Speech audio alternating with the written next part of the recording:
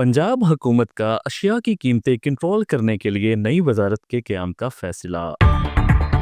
अस्सलामुअलैकुम सामीन और नाज़रीन, मैं हूं उस्मान असलम। आप सुन और देख रहे हैं सुनो एफएम 89.4।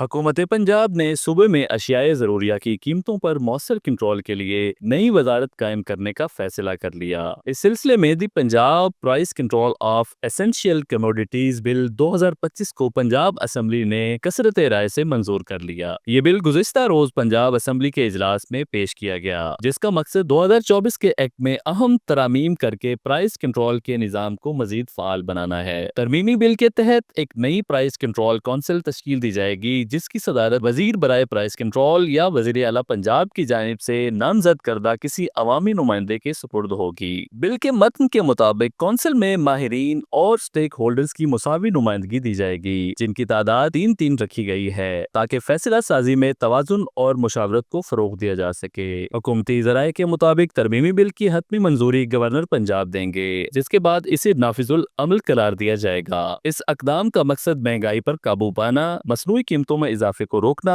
और आवाम को रिलीफ फराहम करना है।